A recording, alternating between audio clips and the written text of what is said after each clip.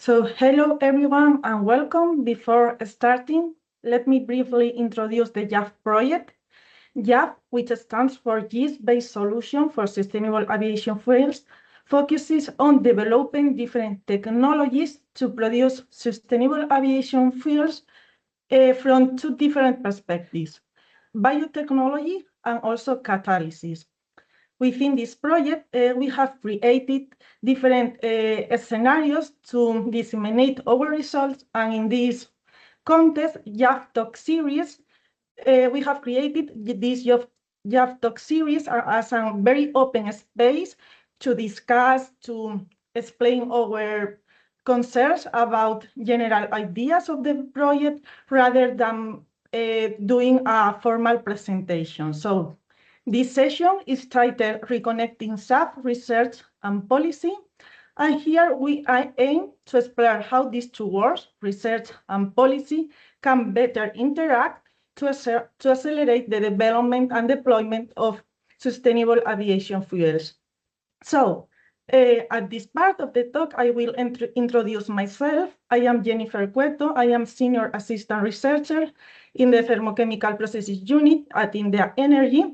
My research is mainly focused on producing viable chemicals from different wastes, such as biomass or plastics, using different catalytic routes, specifically mainly pyrolysis, but in the YAF project, I am focusing on using hydrocracking reactions with zeolites to convert long-chain fatty acid to sustainable aviation fuels by hydrocracking reactions.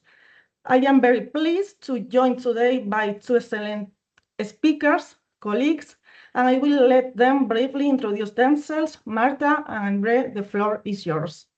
So my name is André Paula Santos. I lead European policy, lobbying and advocacy on bioenergy for a company called Nufarm, which is an Australian crop protection and seed company.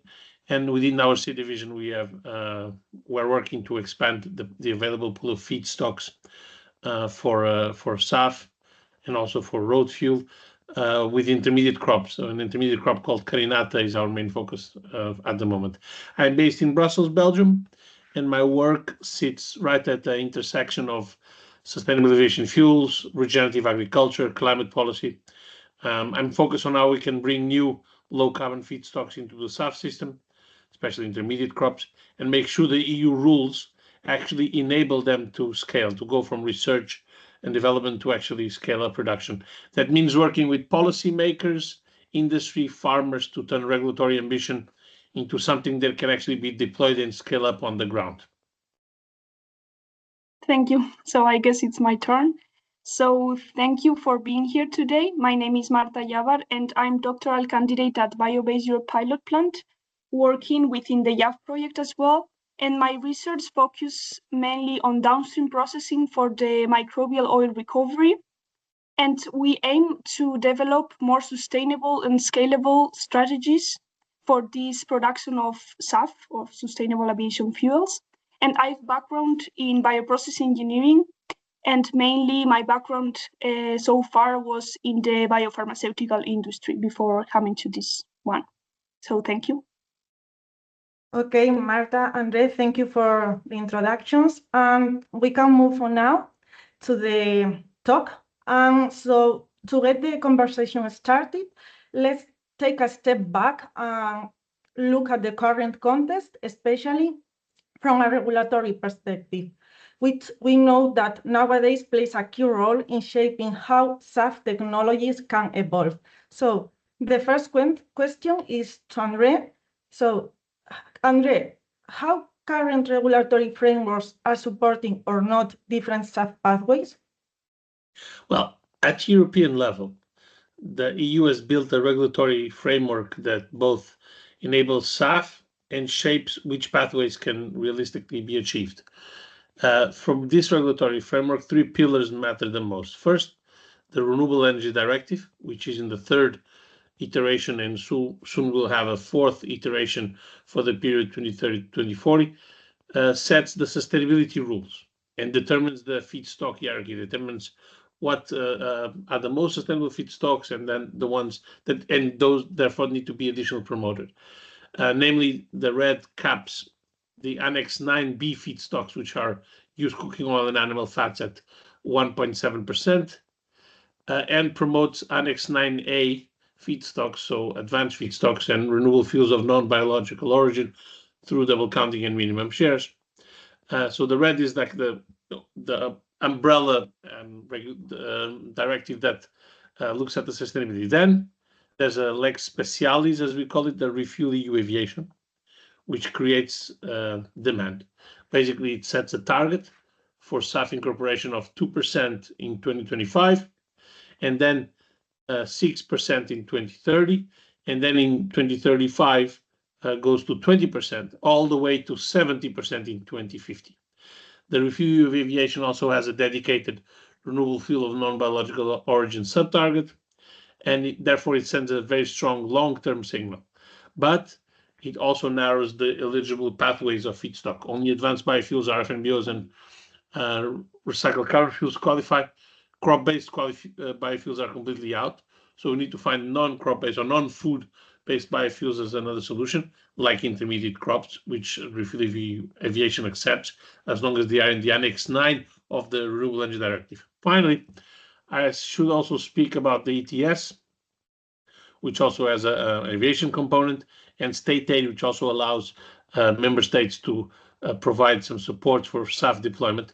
And then you have the Innovation Fund and the national schemes. Recently, we had the STIP, the Sustainable Aviation Investment Plan, which also is another component of the EU framework. But all these framework put together, basically the trajectory is clear.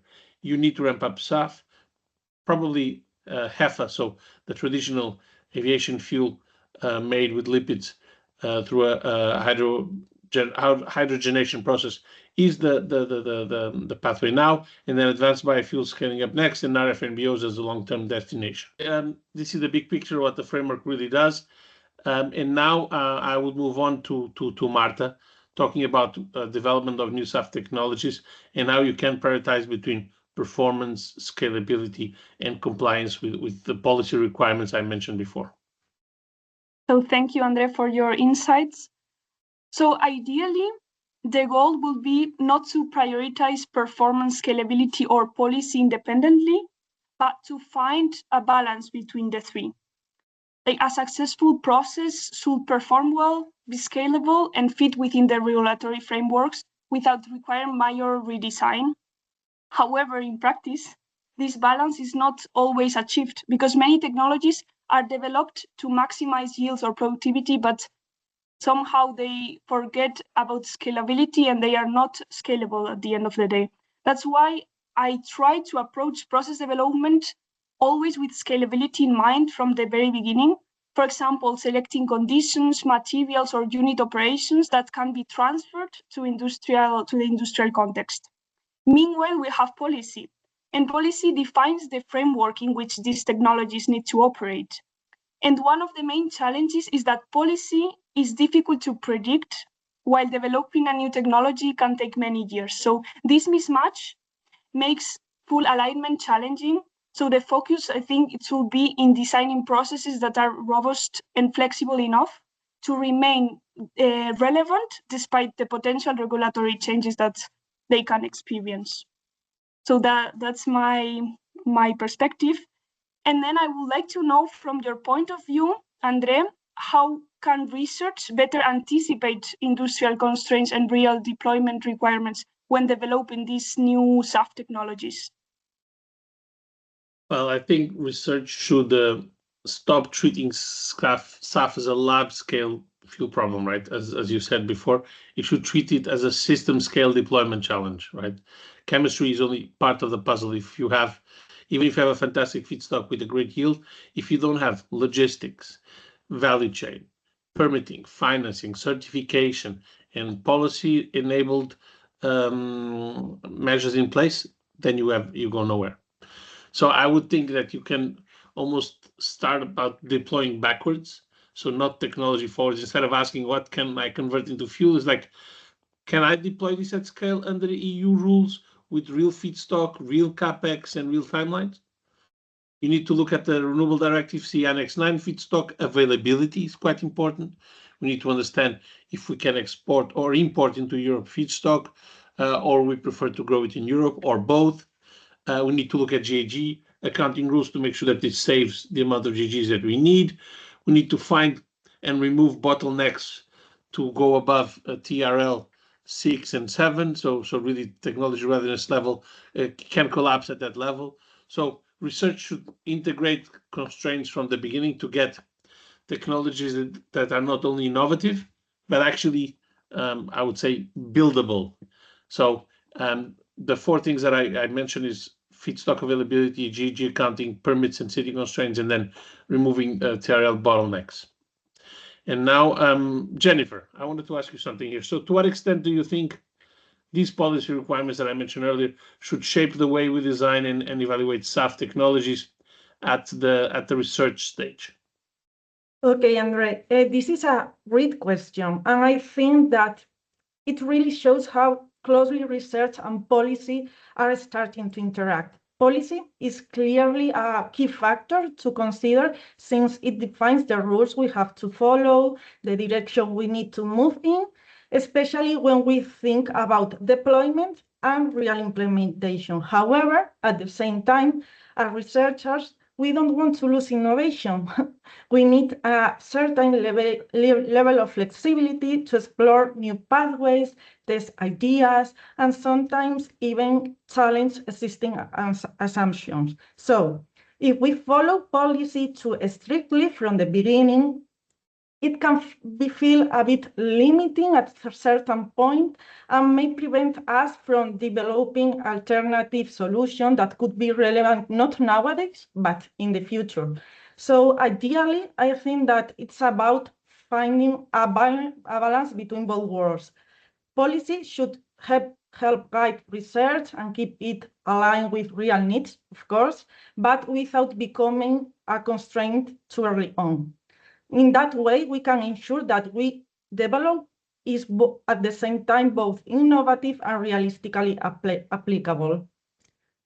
I think that this is my question. I am a researcher, so I have I need more flexibility, and I want to work with a lot of degree of freedom. So now, this is the current context, and now building on what we have discussed, I think that the next step is really to look at the future and the opportunities we have ahead, especially in terms of scaling up these technologies and bringing them together to the market. In this sense, André, how do you see the future regulatory landscape evolving to enable large-scale deployment and market uptake of SAF? It's a very interesting question. You're basically asking me, how can what do I need to change in the rule book, in the regulation, so that SAF can move from pilot to normal fuel? Yeah. I think often and it's a bit of a problem with not only the European institutions, but in general, the public institutions, they work very often in silos. So you have the research arm doing studies, you have then the different DGs looking at the different priorities, agriculture, looking at agriculture, move, looking at transport, energy, looking at energy, and it kind of, you miss the big, like, coherent approach. And that's the shortcoming that it can prevent, what the R&D people are asking that to be translated into policy, which is different led by different DG. But for me, to move SAF from a small pilot, 10, 15, 20% to a normal fuel, you need to really strengthen three things at European level. Volume certainty, so make sure that you're going to have volume, enough volume. Feedstock diversification, you're going to need proper feedstock, more sustainable feedstock to get to the level you need. Otherwise, you have to fly less. And industrial policy. So I think more emphasis on broadening the pool of sustainable feedstocks with traceability, with stronger de-risking tools for investors that could, rely on the long-term perspective in terms of feedstocks is critical. And then, of course, the balance between mandates and incentives. So you need, the proverbial carrot and stick. Only sticks is not enough. You also need good carrots. And specifically on intermediate crops, which we are, that's the topic that I'm working on quite closely, because we think the agricultural world has potential to provide a lot of additional crops that do not compete with food and feed, do not generate additional land use, and can really provide an additional and very relevant sustainable feedstock volume for SAF.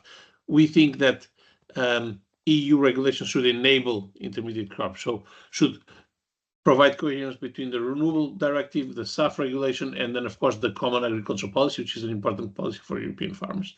So Annex 9 of this Renewable Directive needs to be coherent, needs to provide a long-term perspective, integrated with carbon farming rules, which is another point that, it's very relevant for farmers to get their incentive and to get their additional income from the carbon that they absorb in their farms. At the same time, the incentives retain soil and reward soil improvement measures and climate services. And finally, you need all this to be bankable. You need industrial policy tools, long-term feedstock contracts backed by public guarantees. That could be an option. Innovation fund windows, really should push for some support for soil to SAF value chains. Even there's measures being asked by many industry players to reward farmers with feed-in premiums for SAF feedstock production. So that, if you get all that into place, then maybe you can get SAF from niche to a strategic also option at European level.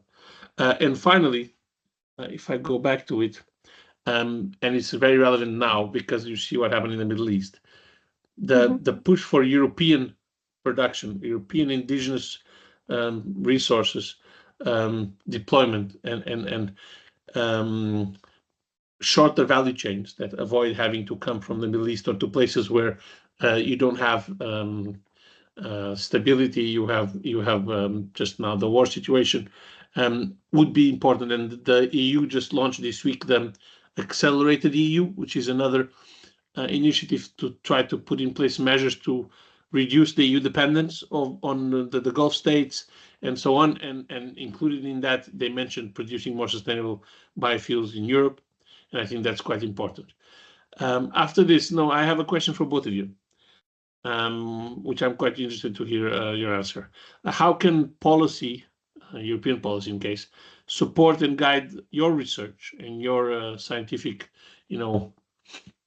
work to ensure that SAF technologies move successfully from the innovation to really the deployment, which is what we want? Yeah, I think that it's a very interesting question. And I think that from my point of view, policy can really help us by giving more clarity, stability, because as researchers, we usually work with a lot of uncertainty. And if the rules keep changing, it's difficult to know if what we are developing will actually fit in the future. But at the same time, I think that there should be more support for the stages between research and full deployment. I mean, especially when we are talking about pilot and demonstration phases, because that's where many technologies struggle the most. And also, I think that it's very important to have a closer connection between policy, research, and industry. So in that way, we are more aligned and work towards the same goals. I think that it should be a priority. So overall, I would say it's about clear direction, better support, and scale up, and a stronger collaboration between all the partners involved. So Marta, what do you think?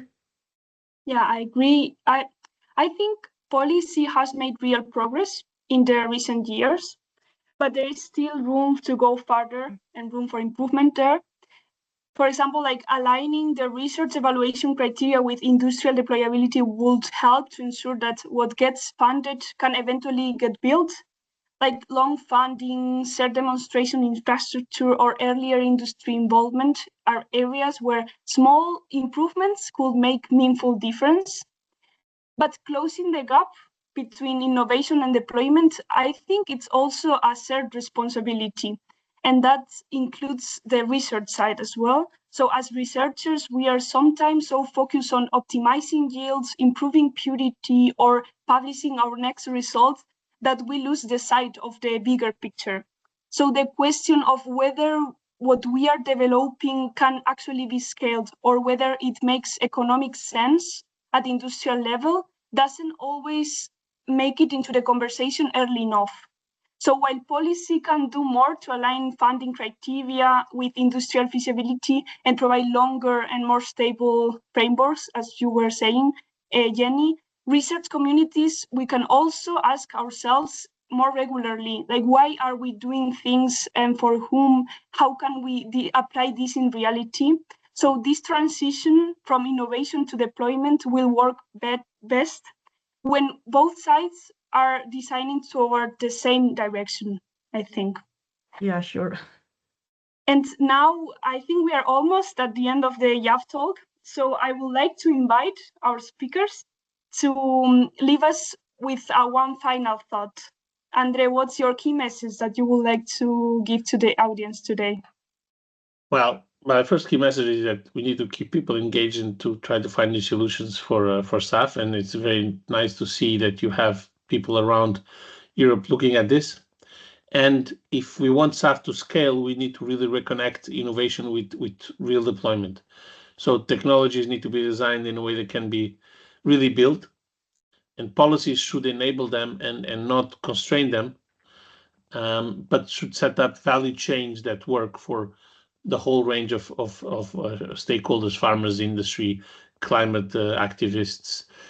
And if all those pieces align, SAF will actually become possible, but inevitable. And for that, we need to have the European policy long-term perspective while we listen to you guys, to the researchers, to the people that are in labs, making sure that technologies work and actually can deliver. Because we've had many examples over the years of technologies that seem super promising, and then there's a big policy hype, and then at the end they don't work, or they're not scalable, or they're going to have problems. And I think we have some examples right now of things that have a big hype, and then at the end of the day they don't work out. What always comes to mind for me is CCS, that every once in a while people talk about it's going to be the next big thing and we can ramping it up super quickly, and then it doesn't happen. So we need to be realistic and pragmatic, and policy can deliver that. Yeah, I totally agree with André about the summary he did. Yeah, just to conclude from my side, I think that only sustainable aviation fuels can evolve, can appear in a technological market if research, policy, and industry work together, balancing both worlds at the same time, giving us a clear direction, of course, but giving us enough flexibility to innovate. Thank you both. So I think what we've heard today reflects exactly the challenge and the opportunity in front of us. SAF deployment will only succeed if research and policy work together, as you have just said, Jenny. And this cooperation requires exactly the kind of conversation that we had here today. So thank you, André, thank you, Jennifer, for sharing your perspective, and thank you to all of the audience for being part of it. I want to say that if you want to stay connected and follow the next talks, you can find us on LinkedIn, and also you can visit our project website, and we will love to have you with us for what comes next. So thank you so much, and see you soon.